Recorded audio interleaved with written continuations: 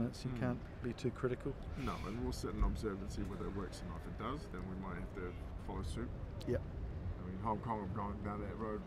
They can argue that they have a lot of local boys that have grown up, expat boys that have grown up in Hong Kong, but still, they can try harder. Ooh, they can try harder. They know that.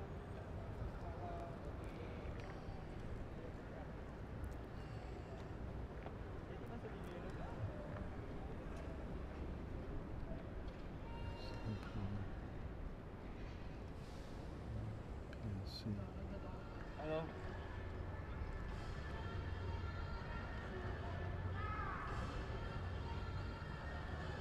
Thailand.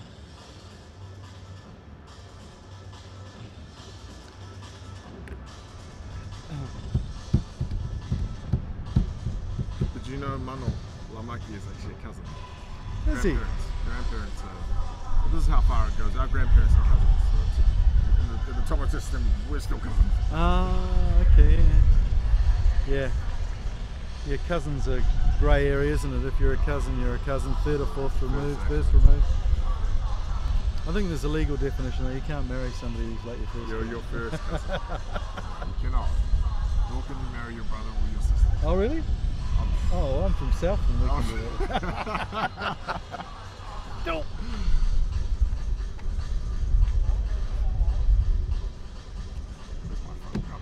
That's okay. It's all clamped in there, that one. So, did you know him previously? Before, did you? No, I met him last year.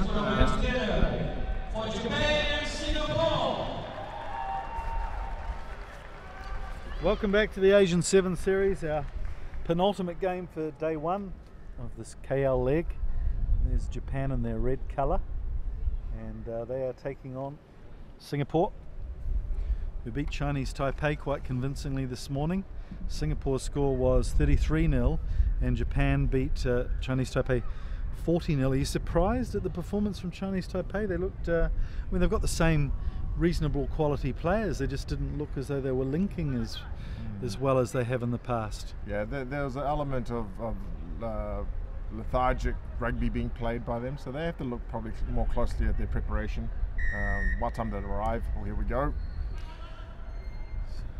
Kick-off. Loose pass. Oh, that's not the start they were looking for. Topa, the freight train goes through, pulls into station under the posts, and it's 5-0. So big Sione there doesn't come any easier than that.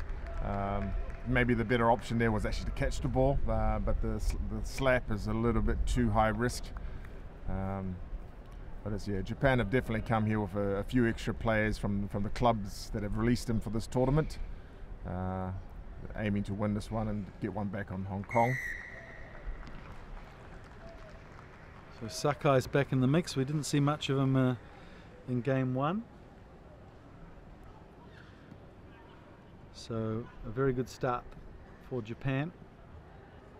So let's see if this kickoff is any better. The preferred way to take in a kickoff is to catch it with both hands. So let's see where it goes. Here we go. Well, it's the Japanese player who gets it this time, Kurazuru. And Little Naresh gets a foot to it, but misses that tackle. Oh, again, there's pace, isn't there? Pace of plenty, this time to Toashima. And yeah, he's decided that he'll skirt around the outside as well. He's got plenty of pace, that boy. We haven't seen him on the Sevens Series before, I don't think, Toashima, but certainly a live wire.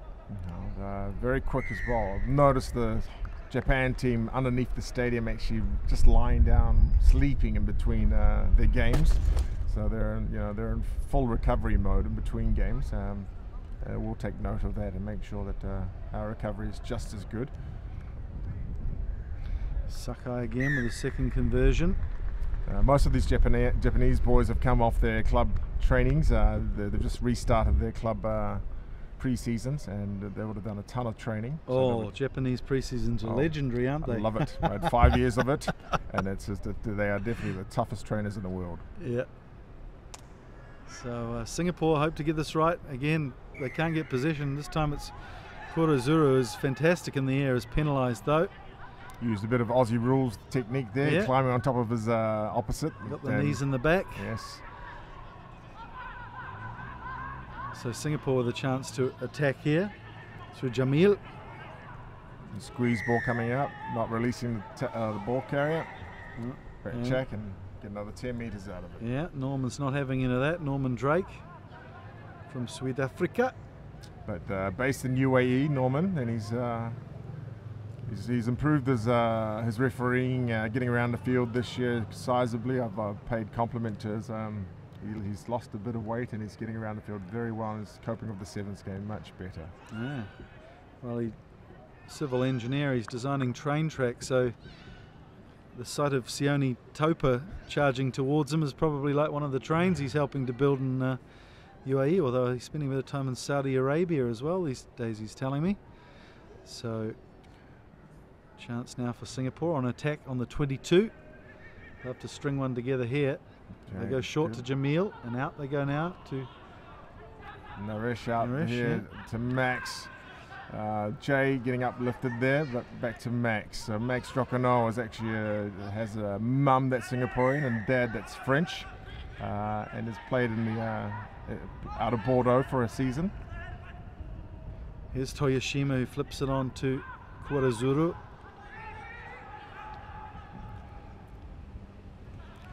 Big Sione lines up for the gap again, and it's too easy again. Yeah, I can see there's a real allergy to tackling those big thighs of Topa. No, he's as big as they come for sevens, so he's a very useful tool. Yeah, very, very compact and strong. This is a good start for Japan. As we said, they lost their semi-final against Korea and Hong Kong, so only third position for them last time out.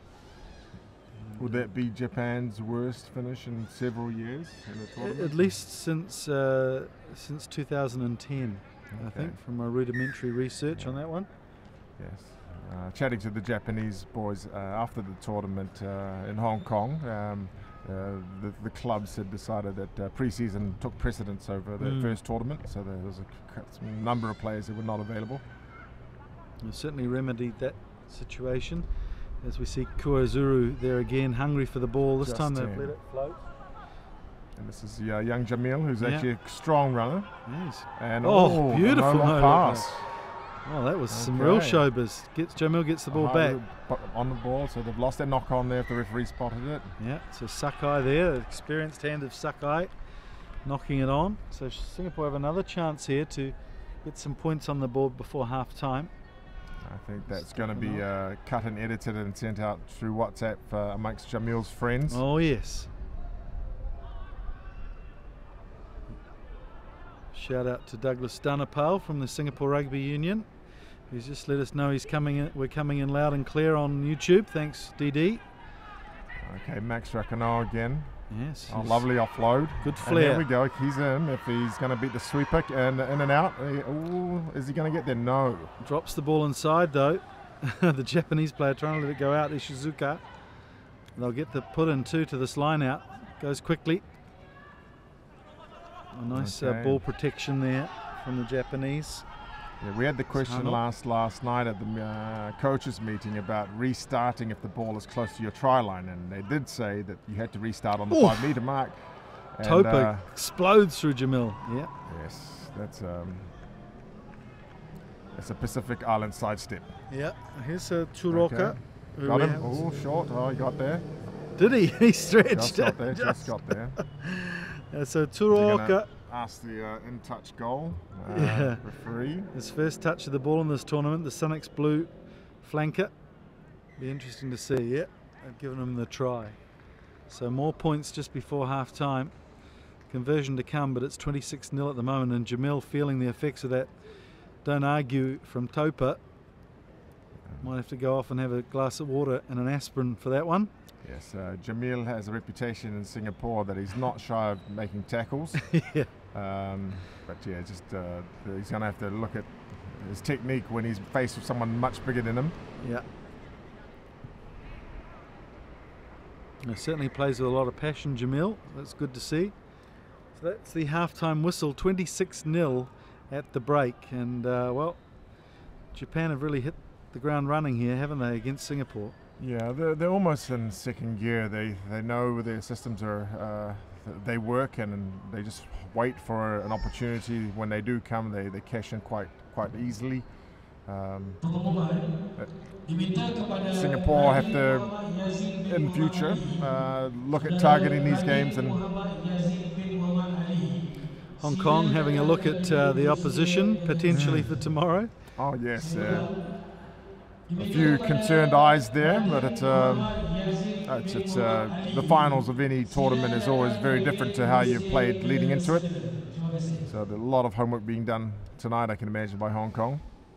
Well, that's one area of concern now with their almost Asian Games squad. They dropped a player like Nick Hewson, who's great in games against these bigger, stronger nations, and whether the replacements are up to it, we'll certainly find out tomorrow. There's some good young talent there, and Capon, Woodward, Coverdale, and of course the old brute Kwok Ka-chung as well. He'll step in and make sure that things are handled physically, but this Japanese squad do look a lot bigger and stronger through Kuozuru and Topa, and haven't even seen Lemeki in this game yet. No, there's no need for Lemeki to get involved. But yes, Hong Kong's Nick has been a great servant for the game for Hong Kong for many years. Has provided that go forward, the straight game, and it's they might have something in place for him later on. But it's just again, I rate Nick a lot, and he does get the job done and straight into the attack and keeps the defence nice and tight for their wingers to get some easy holes. Yeah.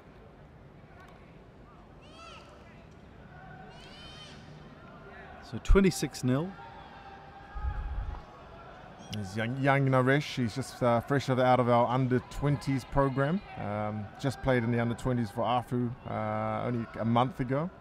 Well, I said he was ungainly. I didn't mean that in a nasty way. It's just he's all elbows and he's a bit like Stephen Larkham, isn't he? But boy, he gets the job done. Oh, he's got some really nice touches to his rugby.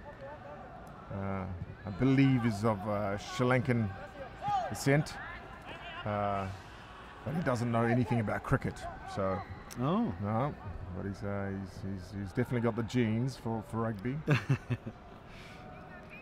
So here's a defensive line out for Japan, put in by Toyoshima, and we saw some startling pace from in the first half.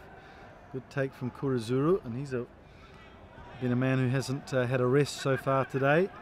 Ishizuka,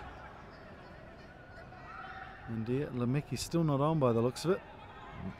Slipped out Just that keep tackle. him rest. Yeah, that was nice work from Takamori. Wide.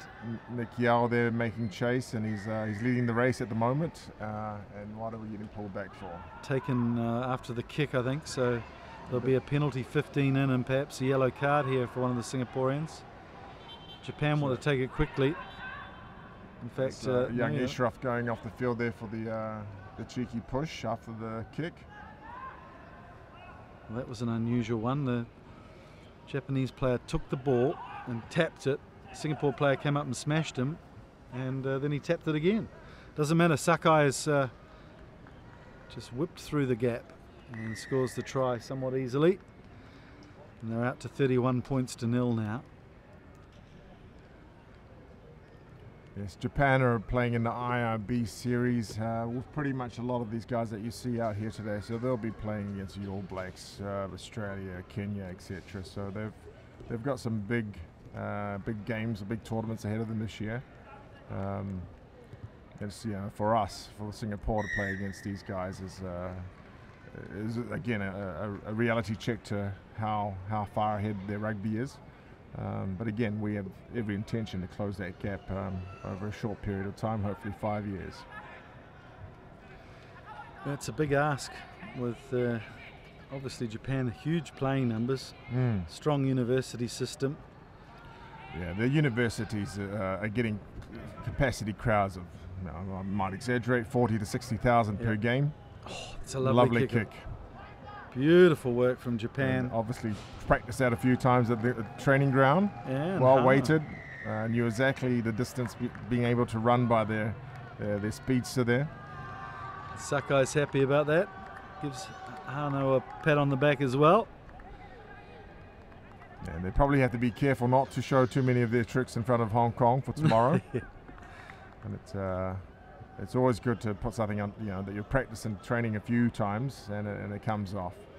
Harul Naeem there in picture before. I've played a lot for Singapore 8 to 4 years ago and then disappeared, moved to Hong Kong. Yeah, Haru's based in Hong Kong at the moment, working for HSBC Bank. He's been following the training program by himself out there and sending us, and we test him when he comes back to Singapore, and his results are looking good. So we have to try him out. Not 10, so we get a free kick for Singapore. It's Naresh.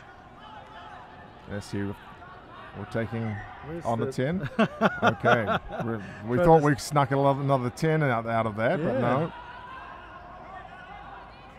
There's Haru here with a bit of physicality, done well. He's won the contact. Yeah, got Mickey.